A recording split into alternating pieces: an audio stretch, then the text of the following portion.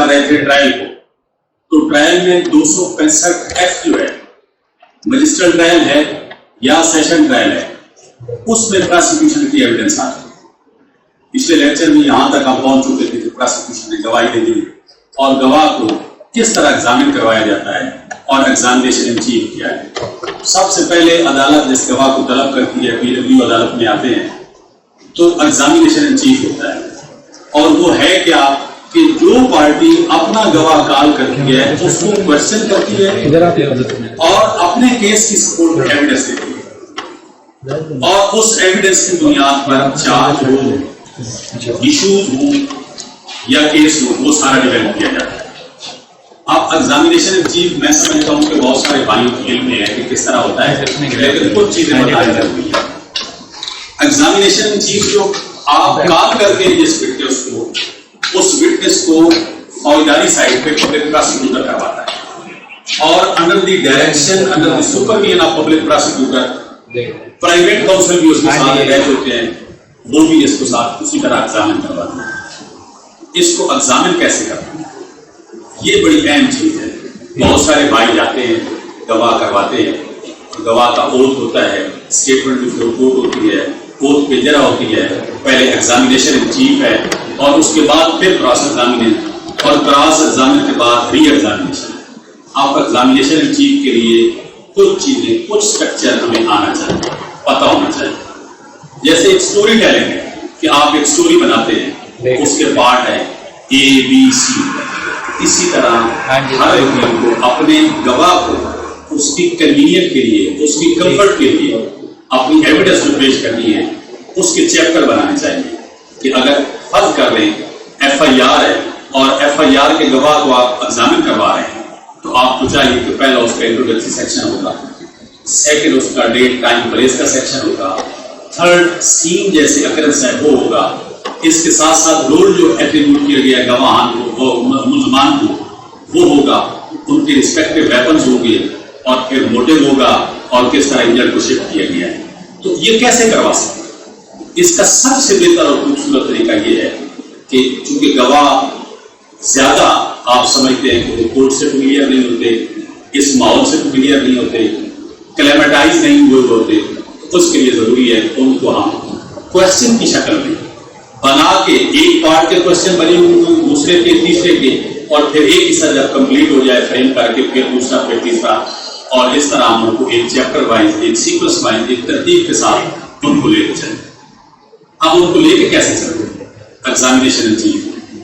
اس میں آپ یہ نہیں کہہ سکتے کہ آپ اس دن ایوب چوک جا رہے تھے، یہ لیڈنگ کوشچن ہے، اور leading question they are not permitted in examination in chief, وہ آپ نہیں پوچھ سکتے. تو اس سے کیا پوچھ سکتے ہیں؟ اس سے وائی، ہاؤ، وین، ویئر، یہ ڈسکرائب کرا سکتے ہیں. ویئر یہ آپ پوچھ سکتے ہیں کہ جی فلاں تاریخ کو آپ کہاں تھے، یہ نہیں پوچھ سکتے. کہ اس دن ٹائم کیا تھا، یہ پوچھ سکتے ہیں. اس کے پاس اسلحہ کیا تھا، یہ پوچھ سکتے ہیں. اس نے کس کو کیا انفلیکٹ کیا، یہ پوچھ سکتے ہیں.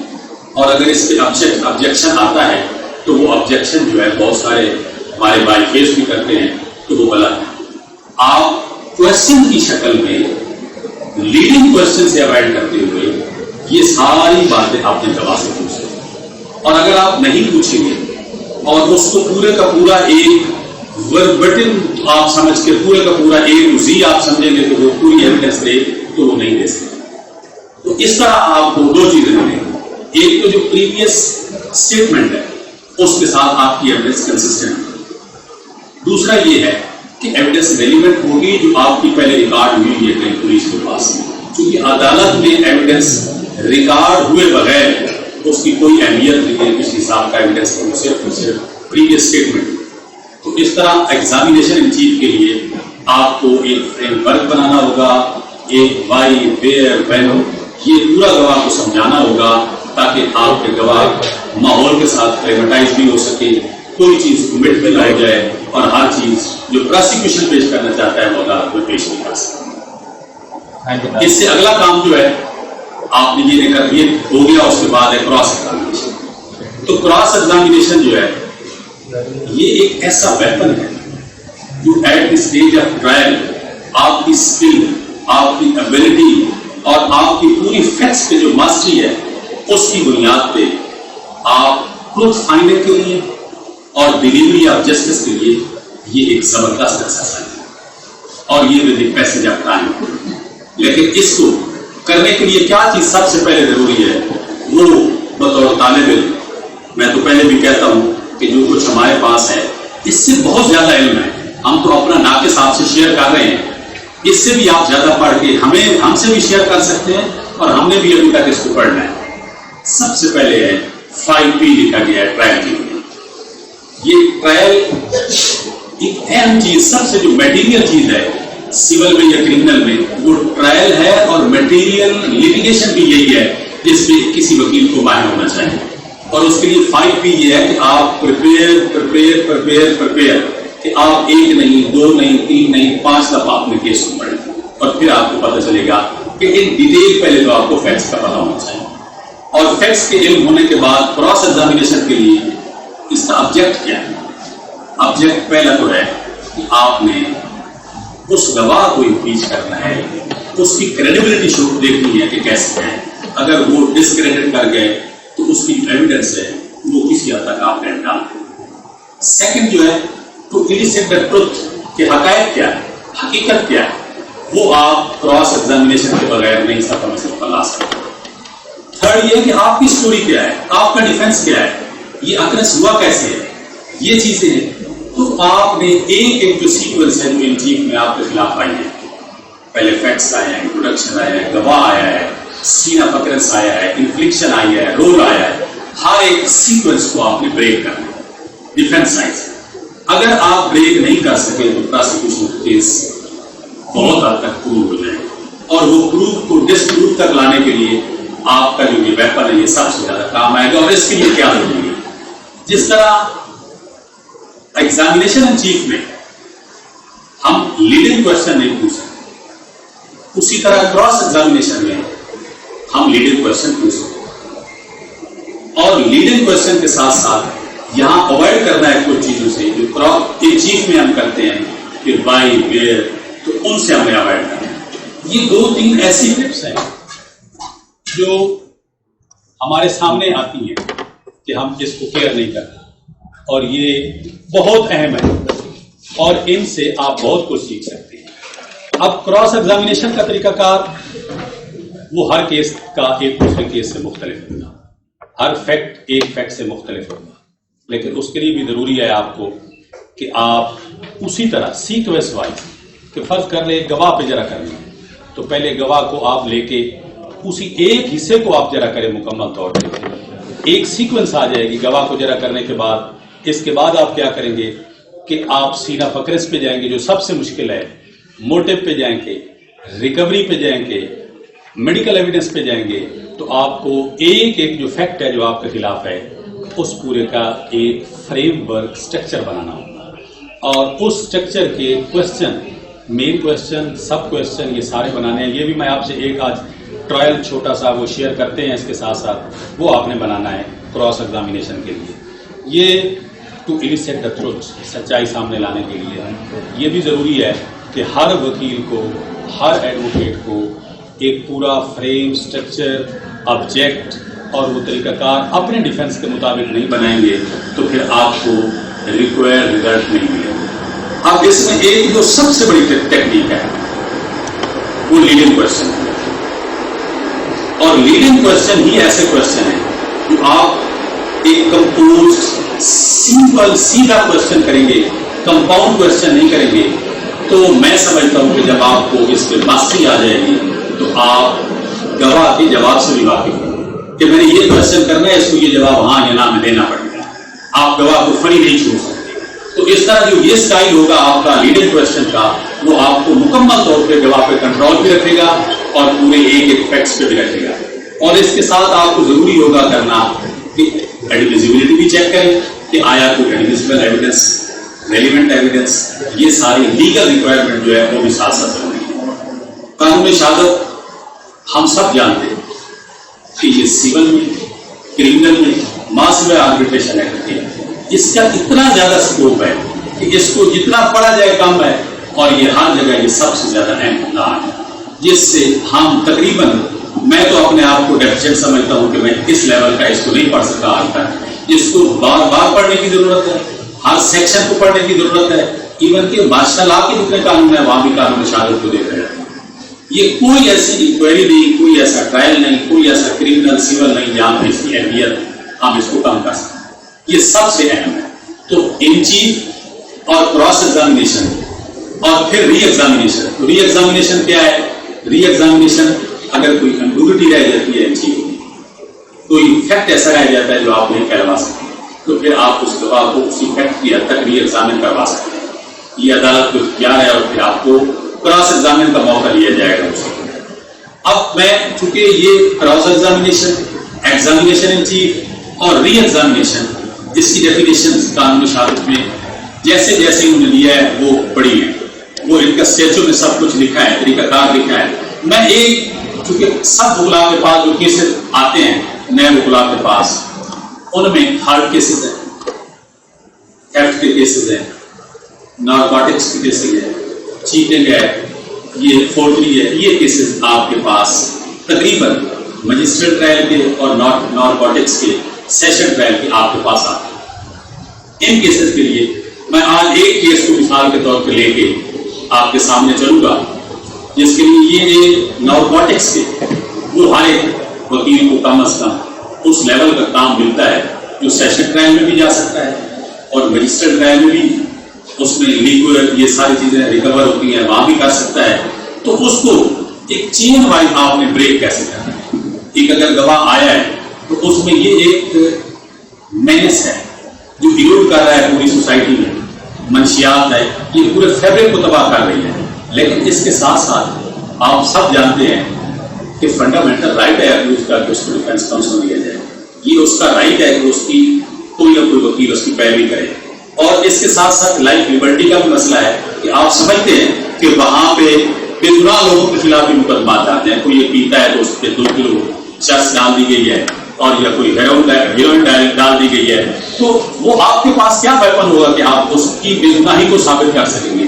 جبکہ یہ سب سے مشکل کیس ہے۔ اس لیے مشکل ہے کہ ایک تو وٹنس پولیس ہے جس پہ ریلائی کیا جاتا ہے نارکوٹکس میں، اس سیچو میں بھی ان کی گواہی جو ہے وہ قابل اعتبار رکھی گئی۔ دوسری بات یہ ہے کہ یہ ایسے وٹنس ہیں جو ون ہو رہے ہیں، اور تیسری بات یہ ہے کہ کنسیپچولی منشیات کے اگینسٹ سوسائٹی کا بھی ایک اپنا مائنڈ سیٹ ہے اور عدالتوں کا بھی ایک اپنا مائنڈ سیٹ ہے، وہاں پہ کسی کو ریلیف نہیں ملتا۔ آپ نے وہاں پہ اپنی فورس سائٹ، اپنی محنت اور اپنی کراس ایگزامینیشن کی اسکل کے ذریعے اوپن کرنا ہے، بریک کرنا ہے کیس کو، وہ کیسے شروع کریں گے؟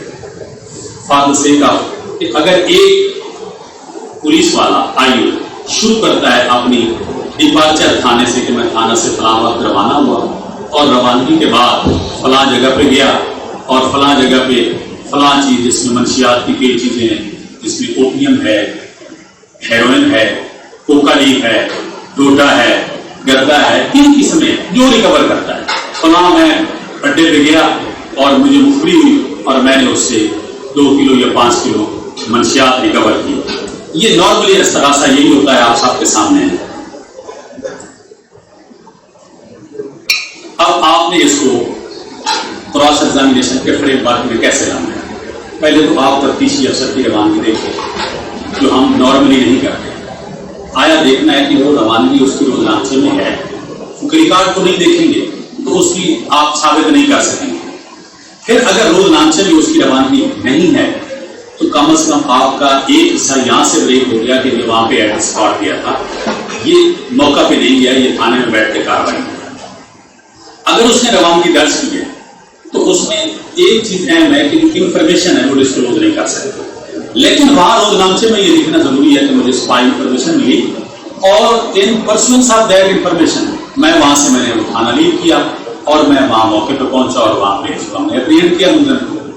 تو یہ 2-3 چیزیں، اس پہ لا بھی بے تحاشا ہے، اس پہ اتھارٹیز بھی کافی ساری ہیں جو میں آپ سے شیئر کر سکتا ہوں کہ 2010 ہے PCR یہ کہ روزنامچے میں ڈپارٹر نہیں ہے، 157 ہے، اور اسی طرح وہاں پہ یہ درج نہیں ہے کہ کس نے انفارمیشن پہ گئے تو اس کی یہ بریک ہو جائے گی۔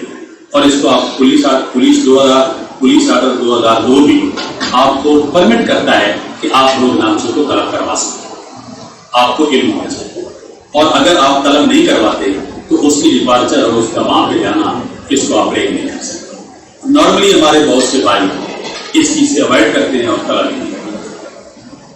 اب اس کے بعد دوسرا کیا ہے کہ وہاں پہ فرد محفوظ بھی بنتی ہے، ہم پوچھتے نہیں کتنا رش تھا، فلاں تھا، یہ تھا، تو اس سے کوئی فرق نہیں پڑتا۔ اس کی ریزن یہ ہے کہ یہ چیزوں سے اس کیس کو کوئی نقصان ہوتا ہی نہیں، یہ اتنے وہ میٹیریل کنٹرڈکشن بھی نہیں ہوتی، اس پہ آپ کو کوئی فائدہ نہیں ہوگا۔ آپ چیک کریں فرد محفوظ بھی پہلے، وہ جائز فرد محفوظ کی بعض اوقات لکھیں گے، اور پھر اس کے بعد نہ لکھنے کے بعد کیا ہوتا ہے کہ وہ تھانہ بھی بنائی جاتی ہے، اس کو بھی آپ چیک کر کے اس کو مائنوٹلی آپ اس پہ جرا کر سکتے ہیں۔ لیکن سب سے جو اہم جرا ہے جس پہ میں آپ کی توجہ دلانا چاہتا ہوں،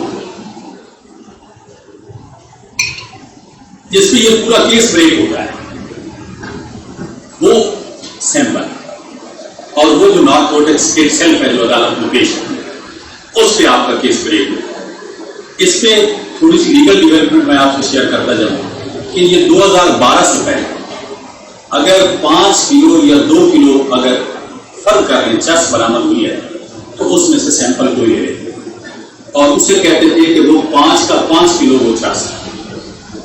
اس کے پہلے لاش ہوا رحمت حسین جعفری صاحب کا ڈیسیجن آیا 2004 سے 89 سے، یہ مختلف ڈیسیجن آتے رہے، کچھ عدالتوں کے لیے ڈیسیجن آتے رہے کہ نہیں ہر ایک پیکٹ سے ریپرزینٹیو سیمپل لینا چاہتے، اور کچھ کا بھی ہوا تھا کہ نہیں اگر ایک من سے بھی لے لیا گیا تو یہی چلے۔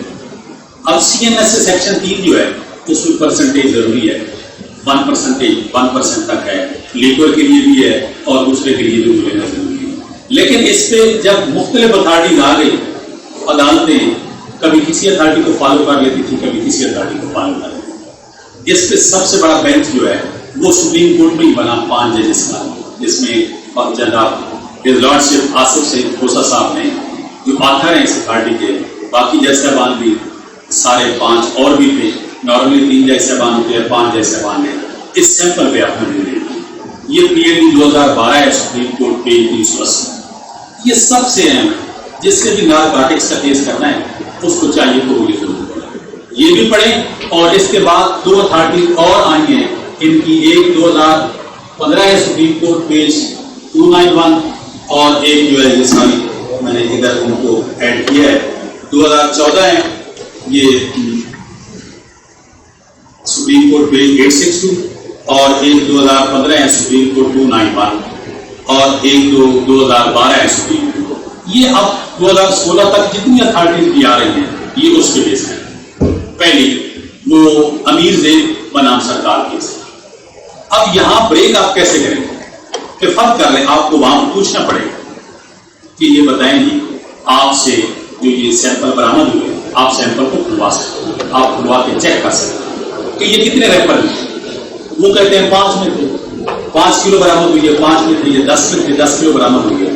تو 10 کلو جو ہے نا اس میں ایک ریپر میں بنے ہوئے ہوتے ہیں علیحدہ علیحدہ، اور 1 کلو میں وہ 10 ریپر ہیں یا 12 ریپر ہیں، 1 کلو میں بند ہوتے ہیں، پھر دوسرے میں اتنے بند ہوتے ہیں۔ تو یہ جب پوچھیں گے تمہیں نہیں پتا ہوگا اس میں، اور یہ بھی پوچھ لیا ان کو پتا ہے کتنے ہیں تو ان کے کلر کا نہیں پتا ہوگا کتنے، وہ کلر بھی آپ کو بتا دیں گے تو پھر آپ کھلوا لیں، آپ یہ پوچھ لیں کہ یہ بتائیں کس کس سیمپل سے آپ نے کتنی کتنی لی ہے۔ تو وہ ہر ایک سیمپل سے نہیں، ہر پوری سے لینا ضروری ہے، ہر کلر سے لینی ضروری ہے، ہر ریپر سے لینی ضروری ہے، اور ہر ٹکڑی سے لینی ضروری ہے اس کا سیمپل، اس کو کہتے ہیں ریپرزینٹیو سیمپل۔ اور وہ اگر ہر سے نہ لیا گیا ہے نہ لیا جاتا ہے، اور جب نہیں لیا جائے گا تو کیا ہوگا؟ فرق کر لیں 5 کلو ہے اور ہر 1 کلو سے 10 گرام لی گئی ہے، اور 10 گرام اس میں جو پیکٹ ہیں 10 پیکٹ ہیں تو کسی ایک پیکٹ سے 10 گرام لے لیے تو باقی 9 کے 9 آپ کے خلاف نہیں پڑے گا۔ یہ فرسٹ ٹائم لا ایونٹ ہوا ہے، اور اس کی جو کاپیز ہیں فاضل عدالت نے پورے پنجاب کے پورے ڈسٹرکٹ کے سیشن ججز کو، IG صاحبان کو، لاہور ہائی کورٹ سب کے رجسٹرار کو، سپریم کورٹ نے ہر صوبے کے رجسٹرار کو یہ بھجوائی گئی تھی۔ اس کو بہت ساری جگہوں پہ پوری طرح پڑھا نہیں کیا، اور اس کو فالو کرنا میرا خیال ہے IG پنجاب نے ایک حکم دیا تھا کہ پورا سیمپل ہی آپ ویریفائی کرنا ہے، لیکن وہ سیمپل پورا کا پورا ہوتا نہیں، نہ کوئی کروا رہا ہے، وہ اس کا ریپرزینٹیو سیمپل ہی ہوتا ہے. اور ریپرزینٹیو سیمپل جو ہے یہاں اگر فرق کر لیں تو اس کو مان لیا جائے جتنا گیا ہے، 5 کلو سے 10 گرام نکلا ہے اور تو وہ 500 گرام بنے گا، تو آپ کا کیس 9C سے نکل جائے گا.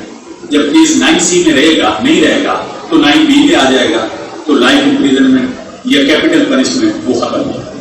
تو یہ جو طریقہ کار ہے کہ وہاں پہ آپ سیمپل کھلوائیں، سیمپل چیک کریں، ریپرزینٹیو سیمپل چیک کریں، ہائٹ سیمپل پہ آپ جرا کریں، اور اس جرا کے بعد پھر بھی آپ سمجھتے ہیں ہاں ایک اور چیز ضروری ہے کہ جو سیمپل لے کے جانے والا ہے اس پہ جرا کرو. اس نے 7 دن ڈیلیٹ کیا ہے تو اس مورخ سے پوچھیں کہ 7 دن میں آپ کے روز نامچے میں کتنے FSL کو سیمپل گئے، تو یہ کیوں نہیں گیا؟ تو وہاں سجیشن دے کے جو سیمپل آپ کے پاس ہے نارکوٹکس نہیں، وہاں بھی یہ ضروری ہے کہ اس کو آپ ٹچ کریں. تو اس میں آپ کو سب سے پہلے جو روانہ تھانے سے ہوتا ہے اس کی روانگی کو بریک کرنا ہوگا. موقع پہ جو جا رہے ہیں وہاں پہ ان کی فرد محفوظگی کی بابت آپ کو بریک کرنا ہوگا. 3rd سیمپل کی ڈیلے کو آپ نے بریک کرنا ہوگا. اور 4th جو ہے یہاں آپ کسی چیز کو بھی بریک نہیں کر سکتے تو آپ کو سیمپل کو بریک کرنا. اور اس کے لیے یہ 2012 اور اس سے لے کے یہ 2015-16 میں بھی آ گئی ہے. یہ جو لیٹسٹ اتھارٹیز ہیں یہ بڑے پرانی اتھارٹیز ہیو نو نیکسس کہ یہاں لا بھی اور دیگر. اور اسی طرح سزا کے لیے بھی فاضل عدالت نے PLD 2009 میں پیج 362 ہے اس میں انہوں نے یہ ہولڈ کیا ہے کہ اتنی کوانٹٹی ہوگی فاسٹ افینڈر کے لیے تو یہ سزا. وہ گائیڈ لائن تھی کورٹس کے لیے کہ پہلے یہ تھا کہ ایک عدالت کسی کو کچھ سزا دے دیتی تھی کسی کو کچھ دے دیتی تھی. اب اس کے لیے انہوں نے پیرامیٹر بنا دیا ہے کہ اتنی لمٹ پر اتنی سزا سے زیادہ آپ نہیں دے سکتے اور اتنی سے کم بھی نہیں دے سکتے. یہ PLD 2009 لاہور پیج 360 پیجز اور یہ امیر زید کیس جو ہے اور اس کے بعد جتنی اتھارٹیز آپ آگے آئی ہیں یہ سیمپل پہ اس سے بڑا اور کوئی گائیڈ نہیں ہے نارکوٹکس کے لیے. اب ان ساری چیزوں کو آپ ملا کے پڑھیں گے تو میں یہ سمجھتا ہوں ایک ایک کیس ڈسکس کرنے کی بجائے اس کے کم از کم آپ کے پاس اتنا نالج آ جائے گا کہ آپ نارکوٹکس کے کیس میں بطور ڈیفینس کونسل سب سے اچھی پرفارمنس دے سکتے ہیں. اور اس کو آپ لوگ کو پڑھنا بھی چاہیے، شیئر بھی کرنا چاہیے. لیکن پھر وہی بات ہے کہ آپ کو فریم بنانا ہوگا، آپ کو اسٹرکچر بنانا ہوگا، آپ کو کراس ایگزامینیشن کے لیے لیڈنگ کوشچن پوچھنے ہوں گے اور وائی وین ویئر ان سے اوائڈ کرنا ہوگا. اور ایسے نہیں پوچھنا کہ ایک آپ نے پوچھ لیا روانگی آپ کی کب ہوئی، دوسرا کوشچن آپ نے پوچھ لیا سیمپل آپ نے کیسا کیا کیا تھا. یہ نہیں، اس کو سیکوینس کے ساتھ لے کے چلیں. تو اس طرح چلنے سے آپ کو فائدہ بھی ہوگا اور آپ کو ریزلٹ بھی ملیں گے اور آپ بہت بہتر طریقے سے پرفارم بھی کر سکیں.